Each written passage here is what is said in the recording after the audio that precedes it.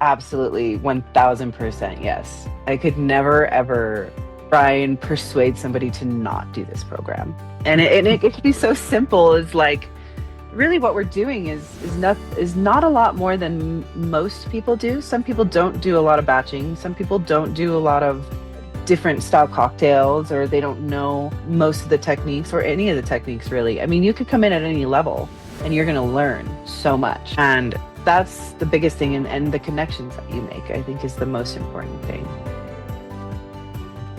Thank you for listening to Serves You Right. My name is Andrew, and today I have a question for the bartenders in the room. Do you act and behave as if your bar top and the bar itself are the limits to your world? If so, I may have an episode for you. Today I am talking to Aliya Harrison, bartender in Albuquerque, member of the CAP program for Tales of the Cocktail. I had a really fantastic time sitting down and talking to Aliya. I really like her spirit, and I really like her attitude towards bartending, life, community, everything. So, fascinating episode. Super fun to get her on. Without any further ado, here's Aliya Harrison, and thank you for listening to Serves You Right. Thank you, Aliya Harrison, for coming on Serves You Right. It's a pleasure to get to meet you. Yes, pleasure to meet you as well. So I actually came across you thanks to a post by Tales of the Cocktail. So would you, for the listeners at home who may not know what exactly Tales of the Cocktail is, can you kind of tell us a little bit about what Tales is and how you got hooked up into that world and how you started working with them? Yeah. So Tales of the Cocktail itself is a foundation, obviously for bartender, service industry, everything collectively in that realm, I guess you could say. But the actual event, Tales of the Cocktail, it's like a plethora of education, and it's a whole week. It's in New Orleans, and it was specifically made to be in the summer in New Orleans to bring business to New Orleans in the summer. Hottest and most unpleasant time of year. Yes. Exactly. So they were like, well, what can we do to support, this industry here in New Orleans? Because obviously it's incredible. And so they decided to start Tales of the Cocktail, and it started off really small. And I'm not sure what year it's on now, but it's definitely getting close, I believe, to 20, if not more. And so you go there, you buy tickets. There's, I mean, huge industry leaders come together from all over the world, put on seminars, but just like so much fun stuff to do. It's really an awesome time. Had always wanted to go, and I never did. And then once I heard about the CAP program, the Cocktail Apprenticeship Program, Mm-hmm. I was super interested in that. The first year I learned about it, I couldn't apply because it was too late. So I waited a whole year just thinking about like how amazing this would be to be a part of the program. Darn, I missed the deadline. I was like, damn it. But um, that next following year, I decided to apply, even though I kind of felt like it was way out of my realm, but it worked out. Yeah. Yeah. So what is it like? Because I've seen the caps and I've only gone as a guest.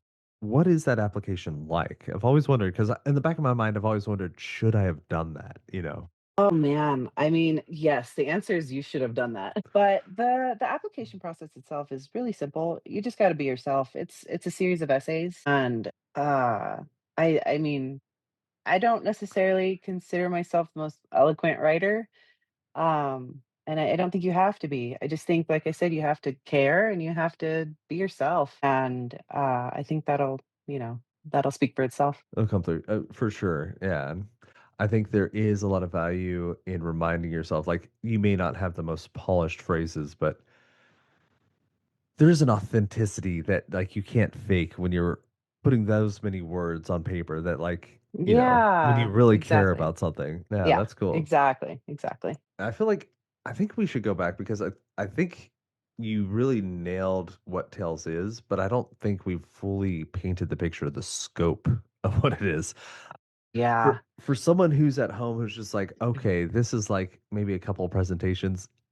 Oh I'd almost no. say it's like Disneyland for Oh beverage yeah, employees. big Like, time. I mean, you think of like if you're familiar with like CES, right? For electronics, the Consumer Electronics Show. in Mhm. Las Vegas. It's like our equivalent. It's like their biggest show of the year. It's absolutely insane. And the sheer manpower that it takes to pull off this thing every year is incredible. I mean, they have 40 red coats is what it is. They choose 40 people pretty much, give or take each year.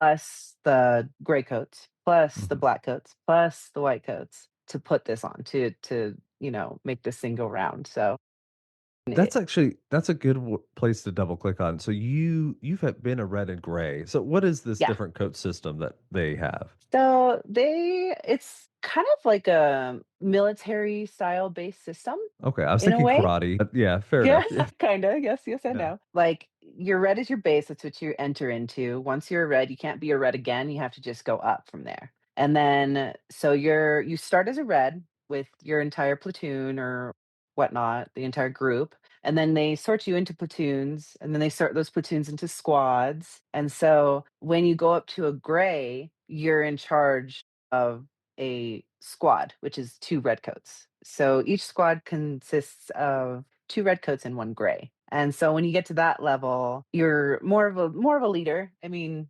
you have to help these seminars go off seamlessly. Mhm. And it's all about teamwork and everybody that's in your platoon. I think there's like 4 or 5 grays in each platoon. So you all work together to make sure all of your seminars that you guys are in charge of like flawlessly. Yeah. Yeah, okay. That's what you did in 2025, right? Yeah, I Or was a gray yeah, coat. you were a gray coat, okay, and I did not realize the terminology would be so militaristic, but It's very yeah, surprising, right? Because that's, like, the yeah. last thing that you think of when you equate, like, a bartending something or a industry anything. Well, if there's one thing that the military is very good about, it is moving large groups of people, feeding and getting them beverages. I feel like Exactly. it is the best paradigm. Yeah. So, for the listener at home, the fact that you've done this CAP program, that it's a very vital thing has kind of been painted, but what exactly do you do? Like, So, we're in charge of, like, collecting all of the information from the presenters and all the sure. moderators for all the seminars. So that's the first step, right? Is that they get all these requests for seminars and everything like that, and then they choose the seminars, and then that's kinda where we come in, and then we're like, "Okay, well, what are you gonna need? Are you gonna need, like a tasting? You're tasting a liquor, you're talking about a certain spirit, you're talking about a certain liqueur, I mean, there's just so many, it's kinda hard to explain, but a basic one would be like, for example, I did one on aquavit. We had, like, 3 different tastings that we had to drop, is what they call it, dropping the tasting, in the middle of the seminar, in the beginning of the seminar, before the seminar, I mean, it could be anything. So these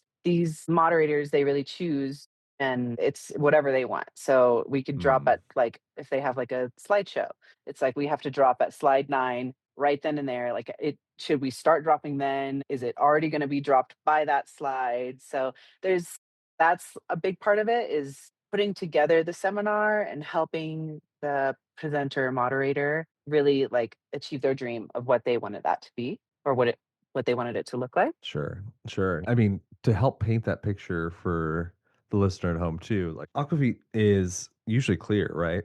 typically. Yeah, so you're Yeah. delivering to, I'm guessing, a group of, like, 100-ish Mhm, people? yeah, it can vary to, like, anywhere from, like, 40 to, like, 150. Yeah. So, Yeah. different tasting samples that have been Mhm. poured that you're Mhm. keeping track of that are all clear or at least very Yeah. similar looking Exactly. on a time There's a there's a huge system that goes along with that too, sure. we only allow 1 spirit to be poured at one time. Everything is so, like, meticulously labeled. That's a huge thing that I learned from CAP, is labeling. Sorry, my cat is going crazy. No, that's good. Yeah, If we so talk for that long enough, that you'll was a hear good my one. dog too, so don't worry. Yeah, Yeah, and then so that's just a tasting seminar too. Tales has an insane amount of batched prepared oh, cocktails. for sure, Yeah. definitely. How many, like, I it's Go gotta ahead, be I'm something sorry. like 10, 20, 30,000 cocktails over the course of the weekend, Oh, if not more. yeah, yeah. Yeah, it's a Yeah, lot. It's a yeah. whole lot. Yeah, one Luckily for seminar everyone's liver, alone. some get thrown out, but still, it's a lot. Yes, definitely. Yeah. Yeah, it's a lot, and that's where the name comes from, cocktail. Cocktail Apprenticeship Program, right? So even though there are a lot of tastings, we definitely do a lot of cocktails too. So we're in charge of that. All of the redcoats, they have their days to do batching, and we have like one of the white coats who specifically is in charge of the kitchen and the back of house, making sure everything is organized and obviously labeled correctly and made correctly. I mean, we have to make all the syrups and yeah, Yeah. and the garnishes, everything. It's just such a large scale thing that it's just kind of hard to fathom sometimes.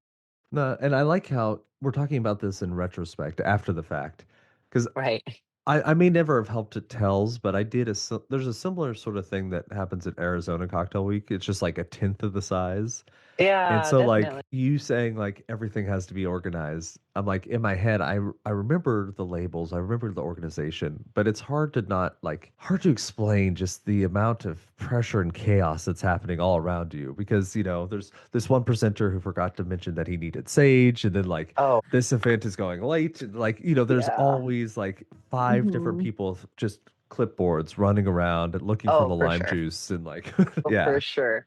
Well, it luckily that is. never happens. We're always so prepared. It's Oh really yeah. like the curveballs that the presenters, give to us. Like all of a sudden they'll want an extra drop, like an extra tasting, and they'll bring the bottle just then and be like, I yeah, absolutely. And it's not a big deal. It's our job. It's what we're there to do. That's why they try and get who they feel are, capable to help do these things, and it always gets done, and it's always great. So that's.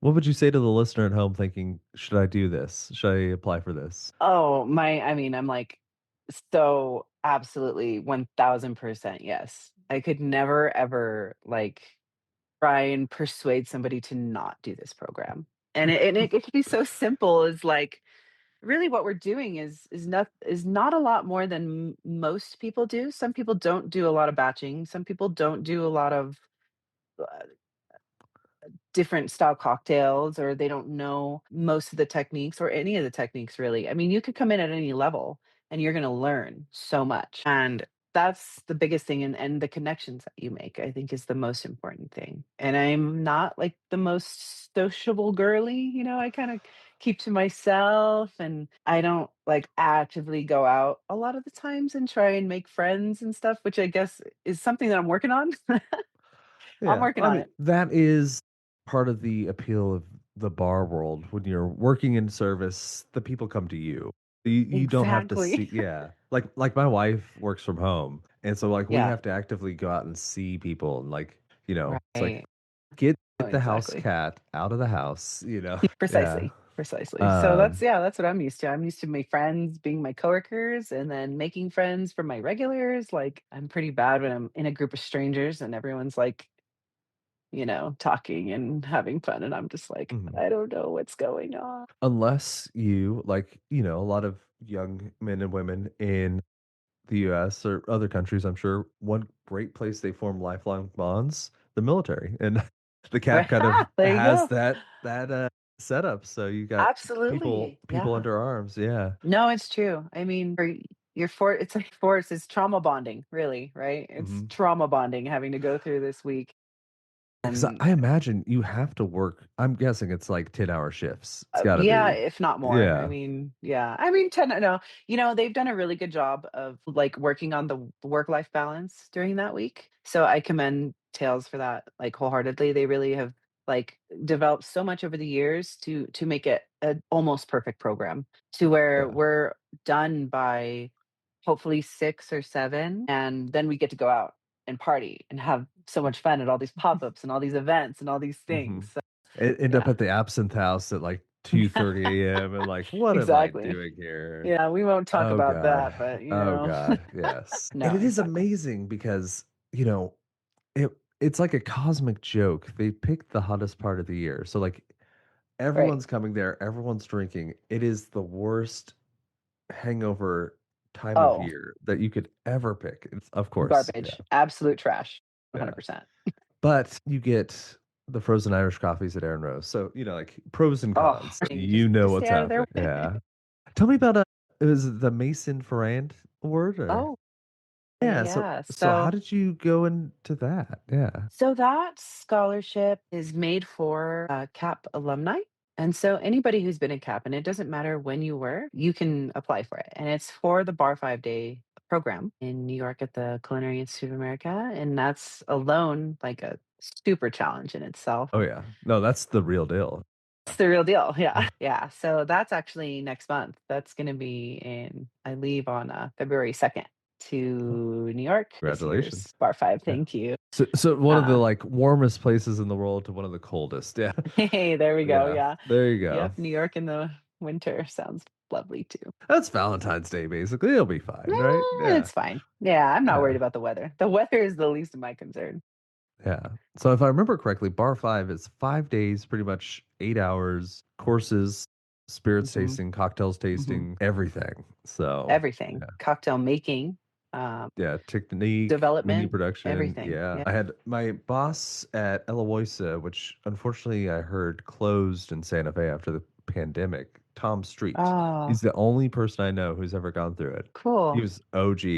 He knew Yeah, his because sure. it's Definitely. yeah, it's like yeah, trial by fire kind of class thing. But yeah, For that's awesome. sure. And then you get to travel with that award too, right? I do, yes. I get to go to Yeah, Cognac. that's awesome. Do you I'm know where in very Cognac you're excited. going, or? Not exactly, no. We don't Hmm. know many details yet, but I guess I'm anywhere in Cognac's better than nowhere in Cognac.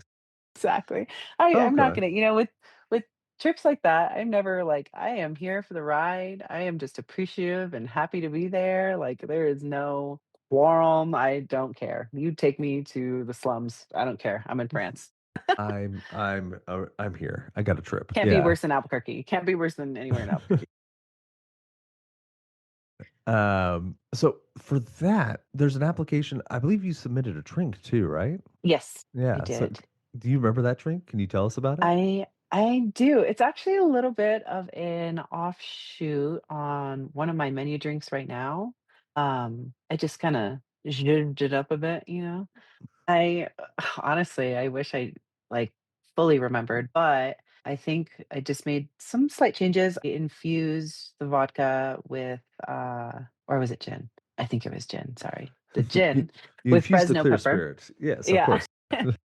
With Fresno pepper, and then I think I just added a, salted cucumber foam, but it's a gimlet. Oh, cool. Okay. Yeah, so it'll have, that Fresno pepper gin and some freshly muddled cucumber and mint, and the gin itself is actually a local brand, it's called Nickel. I work for the owner of the brand, and, Shout out. Yeah. yeah, shout out Nicole, yeah. She also owns the restaurant that I work at as well, so Okay. Yeah, that's it's the kind Greek of like a spot, right? it's like a perfect partnership with that. I get to use all her spirits and she stays happy. Awesome. Yeah. Awesome. Yeah. I am right, right? It's that Greek spot that I saw.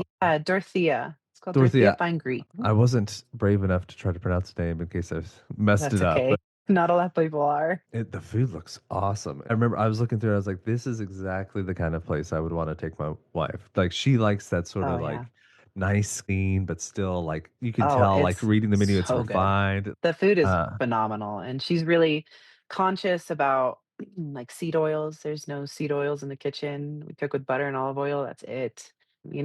Responsibly sourced produce and meats as possible. Everything's grass-fed, everything's, fresh caught as far as the fish, nothing's farmed. It's just really very thought out. It's very much follows her lifestyle, which is mm, super healthy. I mean, she's the healthiest person I know. So this is like her way of giving back to the community of like, hey, you can eat like this too. maybe the healthiest spirits owner, you know. Yeah. Who knows? Yeah. Well, she doesn't drink, so There you go. Yeah. yeah, Okay. yeah, she doesn't drink. That's smart. Yeah. You don't dip into your own supply. That's wise. No, no, Yeah. she's smart about it. She leaves that to me. She leaves Yeah. that to me. I like that gimlet because I keep going back to that. It's a classic cocktail. It's a riff on that. It sounds like it's got a spice element. It's got a kick, Mhm. but it sounds refreshing. Like it sounds like something that be a shoe-in for like a winning cocktail. So like Well, yeah, I mean, yeah, it definitely. I mean, who doesn't love a gimlet or daiquiri or anything in that family, you know? But exactly. I try when I create drinks, I try my best to, uh, I don't know, balance it, have so many elements but layered elements. So you'll have that freshness, you'll have that little bit of bite, and you'll have that little bit of salt from the salted cucumber foam. So it's just like an all around, like every step of the way is something different, something new, and something that like, complements the last step of the tasting process. I like it. What got you into bartending originally? Originally, yeah, that right. It's just money and money. No, I kind of had no idea what I wanted to do. I went to beauty school and hated everything else that I was doing. And I always had like a job in a restaurant, just to hold it down, for the money. Mm, And then it wasn't until, geez, I don't really know. Like, it wasn't until I left Ruth's Chris. I used to work at Ruth's Chris, and it mhm. wasn't until then that I really kind of appreciated bartending. I kinda saw like, "Whoa, this could actually do some stuff for me." Like, "Whoa, this is cool." And I learned a lot of great fundamentals there, and I learned a lot of classic cocktails. Because when I started there, I was like, "I don't know what any of this is, like a last word? What the hell is that? This sounds crazy." I didn't know what chartreuse was. I was Yeah. like, "This all sounds terrible." And then so that really helped with my knowledge of classic cocktails and riffs on classic cocktails, because that's kinda what their program was. Then I worked at, Los Poblanos. I worked at Campo, which is such a phenomenal restaurant, and it's a hotel. It's in like a little hotel in Los Ranchos in kind of like a little in Albuquerque, pretty much. And I mean, they have like Michelin keys. They're like an awesome. They're really great. James Beard nominated beverage program type situation. So then my little time there really kind of like inspired me even more. But all throughout this little journey in that time of my life, I started figuring out about programs for bartenders that happen across the country. And I'm like, wait, I can travel and like learn and do all of these things. Like, this is so cool. And so I think that's when I really kind of shifted my focus into making this a career for myself, for sure. If you're enjoying this so far, please take just 2 seconds and hit that thumbs up. I like this podcast button. It means the world to me, and it really does help this show grow. All right, back at it. I forget who says it, but you saw there was a there. Something called to you, kind of. Yeah, exactly. I think I never like I mean, in my younger years, being just like a server and stuff, I always thought like bartending was fucking cool and I wanted to do it. Like, hell yeah, that looks cool. Mm. And I used to work at like a bubble tea shop and I was really good at it. And I remembered all the recipes and I was like, love making drinks. Like, this is so fun. And then I don't know, one of my friends was like, "Oh, you should be a bartender then." And I was like, "Why would I want to do that?" It's just like so funny to see like where Yeah. I ended up now. A bartender. Yeah. You had a yeah. It's not many people who can remember drink ingredients under pressure, still talk, and still like have a fun time doing it. Like Yeah, exactly. I have this joke because definitely between me and my wife, she's the more gregarious and she's like more outgoing, very good at getting along with people. But we always said she could never bartend because one interesting guest would come into the bar, the whole restaurant would go down because she would Mm, just stay and talk. But I like, yes. you could tell the people that Yeah, can talk and smile, but still move and shake and like do other exactly. things. Yeah, it's And an yeah, art. Exactly. Yeah. which is its own gift. No, it's But great. It's cool. I yeah, like that too, but then when you're in the middle of getting your ass kicked, it's like, "Go do something." I do have to ask, and we don't have to dwell on this if that's you don't want to, but what is it like bartending in Albuquerque? Because, you know, I'm from Santa Fe originally, so I have Right. my view of Albuquerque from there. And, most Yeah, people listening definitely. probably know New Mexico from Breaking Bad, unfortunately. It's just Exactly. Yes, they meth did a capital of good the world, baby. job Woot woot. in Just kidding. getting It's the not at name out. all. No, no. What is it like? Just curious. I didn't really have like a concept, I think, to answer this question until I finally went out of state because you don't really know what's out there. And then you go out there and you see all these incredible communities, like Chicago's community. I mean, everyone's community is so incredible. And so like I don't even know how to explain it. They're just so connected and they support each other just like nonstop, every single bar. There's none of this like competition thing of like nobody's suggesting a certain place because they're successful. And so why should we suggest there because they're already doing fine? Like, there's so much like unneeded competition here, I almost feel like that Yeah. it's kind of hard, because I feel like nobody's really I feel like everyone's a little too proud to like try and support other places because maybe because we are such a small market and there's not a lot of, I mean, if we have a regular base, we want to keep that regular base. But like, that's just like such a faulty way of thinking because Mm, no one's going to, no, I mean, not no one, but not everyone is going to go to your establishment every single day. They're going to go to other places. So why not guide them in the directions of programs and restaurants that you really believe in too? So I feel like bartending in Albuquerque is getting so much better now that a lot more people are really opening their eyes to other communities and seeing what other communities are offering for their bartenders and just their industry in whole. So for a while, and I still think it's going to be a challenge for a while to get everybody together, and we're really starting to re-implement our USBG presence here. great. We're well on our way for that too. So that's definitely something to look out for bartenders in this area to just keep an eye on that. And we're working hard to kind of get that together because I'm just so wholeheartedly wanting this community to come together. Mm, Because, it has to be that sense of collaboration over competition. It has to be. Or else no one's gonna succeed. And if everyone's just bad mouthing each other, it's like what is the point of that? It just makes no sense. I think it comes from jealousy. It maybe comes from just not liking that person because this is a small city. It's a small big city. So, you could have had bad blood with that person like 6 years ago that you still remember that they gave you like a random bad face. They just looked at you wrong and they're like, "Oh, she's a uh, bitch." Oh, New so Mexico, right there. it's I'm yeah, reminded of the image. Have you ever heard like the tale of a bunch of crabs in a pot? And, like as they try to crawl out, they're right. trying to crawl out, and they're pulling them back in, and like Exactly, nothing's actually keeping them in the pot except for each other, sort of thing. yeah. No, Yeah. exactly. Now,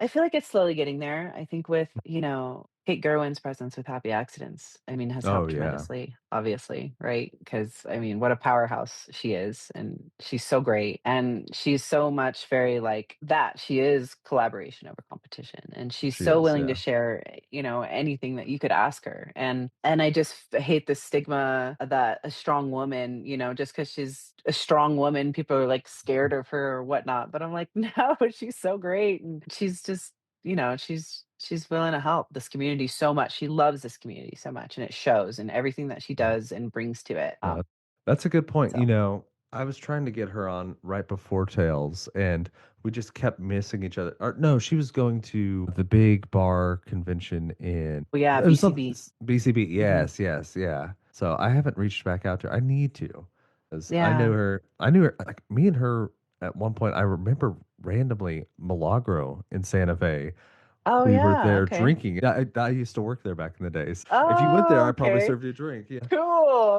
Who knew? Small world, Yeah. right? That's New Mexico. That's for you. Feels like a bigger state than it is, but I mean, it's got like 2 million people, and like that's like a city somewhere. Yeah, Like it. exactly. Like, so, yeah, It's that's like just like they're a main part of a city somewhere. Like, not even this counting suburbs. Yeah, Yeah. but I mean, it has this oversized like mind space in the public mind because Santa Fe and Albuquerque, like people know those cities' names. Like No, sadly, they do. they drive through Yeah. them sometimes, but they Right. know, Yeah. like yeah, it's kind of like how Exactly. everyone knows Amarillo. It's like yeah, I-40, and that's about it. Like Yeah. fair enough, but yeah, Exactly. But the one thing I can say about Albuquerque and New Mexico as a whole is like I don't think there are a lot of other states that have as much pride as we do. agreed. Like, you know what I mean? Like, uh, what 9 out of 10 people probably have a Zia tattoo. Like, who else is going to get their state flag tattooed on them? I don't know. On their lower back. Like, Yeah. there's so much pride and there's so much like the culture here is just so incredible. And the food here is just so incredible. And there's so many amazing things about Albuquerque and New Mexico. And I mean, I love it here. I'm proud to be from here. I am proud to be born and raised New Mexican, and I absolutely love it. So I love this community, and I just hope, it's going to keep growing and it's going to get better. I can only hope to be a small part of that picture of this community growing and coming together and being like any other huge bar community because our bar scene here is fucking killer. There are Mhm. so many amazing bars and Yeah. bartenders here. Hidden gems, like Yeah. things that you would never expect. Yeah. Exactly. Exactly, and people come here all the time and they're like, "Wait, like, I had a cocktail like this in New York, like, 2 days ago, and this is so much better." And I'm like, "Well, that's subjective, but thank you." Like, it's very much like a no, yeah, they're like surprised, That's "You can that's do that because here you're in the too?" mountains and you're getting drunk faster, but that's okay. Just don't tell Right? anyone. Yes, yeah. That's the elevation talking. What do you have predictions? 2026, what's coming for New Oh, Mexico? What's coming for man. you? It's coming for New Mexico. Well, hopefully just a whole lot of education for one, Mhm. definitely. I think it's really important to bring education back home, and that's what I'm gonna try and do is any program that I do and anywhere that I go this year and how I have last year, I'm just spreading the good word of what I've learned, elsewhere. Uh USBG is good for that too. Ex exactly. Yeah, we just actually had a small little fun Christmas pop-up at my bar, and it was so Nice. fun. We had, like, 5 different bartenders come in, and they all did a cocktail, and it was a food drive. So it was for a local nonprofit here called the Pink Bus, and they help families, obviously, with food issues and whatnot. So that was a really fun one. I like that. It's always good to drink for a cause. Yeah. Exactly, and someone won a coin too. Someone got a Fernet coin, so Those even freaking better. Fernet.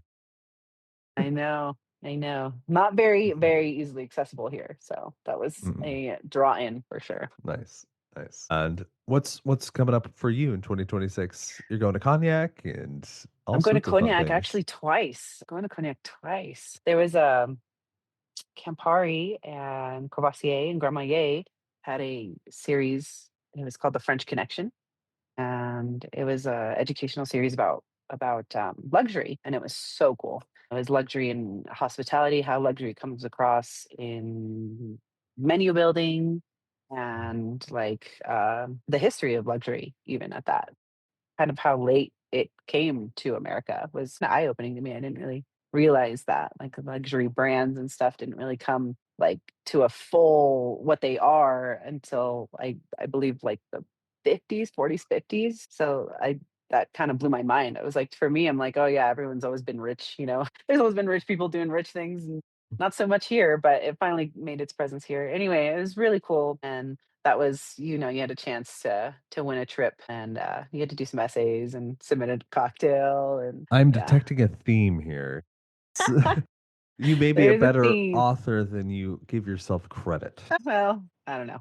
Maybe, maybe not. Yes. But maybe because I just stay true to myself. No one has flown me to France for my writing yet, so, yes, keep One doing what day, you're doing. It's one day, Andrew. working. No, For the it's great. listener who's at home, who might want to know more about you, where you work, how could someone find you on the interwebs? Uh, well, I'm my most active platform is probably Instagram. Okay. And my handle is your flavor mother with a little That's how I found underscore. you. I was Yeah. yes. Yeah. I got that Didn't scare nickname. me away, yes. I worked at Dirty Bourbon for some years. Of course you did. It's It's a yeah, everyone goes yeah, through there. yeah, exactly. For those who don't know, it's a big old honky tonk, the only really honky tonk in Albuquerque, and it's a really big bar, big, safe. I mean, huge dance floor, super cool. We had to dress like saloon girls, maybe not as cool with a corset skirt and feathery todo. So that was, a fun sight to see for the male gaze, I suppose, or female gaze, whoever gaze. No judgments on this podcast. So anyway, I coined that nickname there. One of my good friends, Awesome. he started calling me that. It was just like at first I was like, oh, I don't know if I like this, and then I kind of just leaned into it. Only way out is through. So Thank yeah, you. Yeah, thank you for taking a moment to talk to me.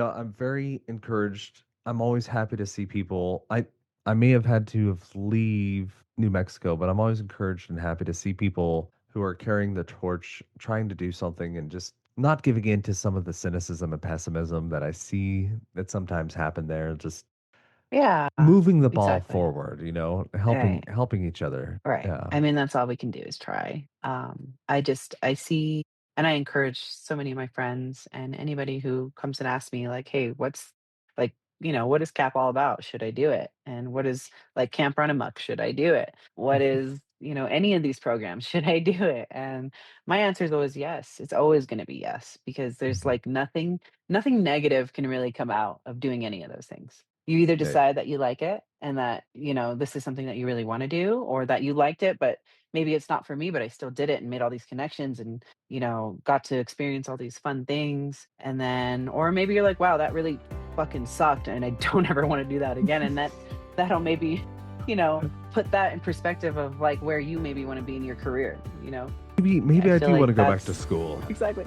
Maybe I should go back to college, but yeah. Yeah. It's really true. You got limited downside and infinite upside. There's Infinite no caps. upside. Yeah. Before we leave, I don't think I've actually ever mentioned this on this podcast. The reason I was at Arizona Cocktail Week was for a competition, and I actually Oh. ended up winning. Like Oh when I my was helping them in god. the back house. So like I Heck met a yeah. lot of people, and it did change the trajectory of what I was doing, and gave me a little Yeah. confidence at the beginning of my bar Mhm. career, and like. Yeah, There's definitely. no downside. And if I lost, who cares? It was also Right. a free trip where I got to try a bunch of cool cocktails, so like whatever. Exactly, exactly. What Yeah. kinda style competition was it? Was it like did you make Uh, a cocktail there or so they gave you surprise ingredients, and it was single Ah, elimination rounds. And oh, so hell it's yeah. 16 people, and you had 4 rounds, and it was just 16, 8, 4, 2, Mhm. 1. Yeah. So Oh, love that. Those are my yeah, favorite. it was Yeah. like the whole Like a time my heart chopped was style. beating, but yeah, towards the end, you just like you're in the zone because you've just been so stressed the whole time. Yeah, no, I feel that, wholeheartedly. There's a competition here, put on by Hollow Spirits. It's a very similar competition. It's like 16 bartenders, single elimination rounds. And me and my really good friend Ian, we were in the finals, I think in like 2024. And I ended up winning, which was super Oh, fun. sick. Yeah, it was super fun. And it was really cool being against him. He's like a really good friend of mine. So it was like no bad blood regardless of, who won or lost. Yeah. Um, I mean, talking because smack in the middle, but like afterwards. I'm Yeah. not the one to do that. They are. I don't. All my Yeah. friends do. I don't. I do not like that. Awesome. Yeah. I don't like putting anybody down. Thank you for joining us today. It was awesome to get to know Absolutely. you. Good to Yeah. talk Thanks to for you. having me. Thanks course. for thinking of me. It was a pleasure talking to you.